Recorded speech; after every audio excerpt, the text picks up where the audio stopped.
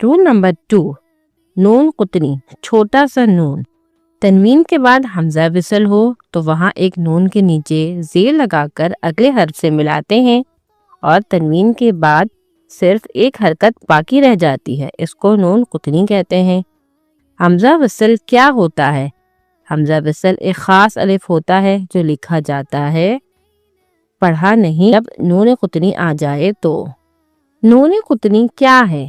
نون قطنی چھوٹی نون ہے، صرف آسانی کے لیے لگائی جاتی ہے۔ جب 2 ساکن حروف ساتھ آ جائیں تو زبان کو پڑھنے میں مشکل ہوتی ہے، اس لیے درمیان میں ہلکی سی نون کی آواز دے دی جاتی ہے تاکہ پڑھنا آسان ہو جائے۔ کبھی کبھی تنوین کے بعد اگلے حرف کو ملانے کے لیے ایک چھوٹا سا نون زیر کے ساتھ لکھا ہوتا ہے، اسے نون قطنی کہتے ہیں۔ ہم اسے بالکل نارمل نون کی طرح پڑھتے ہیں، جیسے قدیر الذی نوح ابنہ،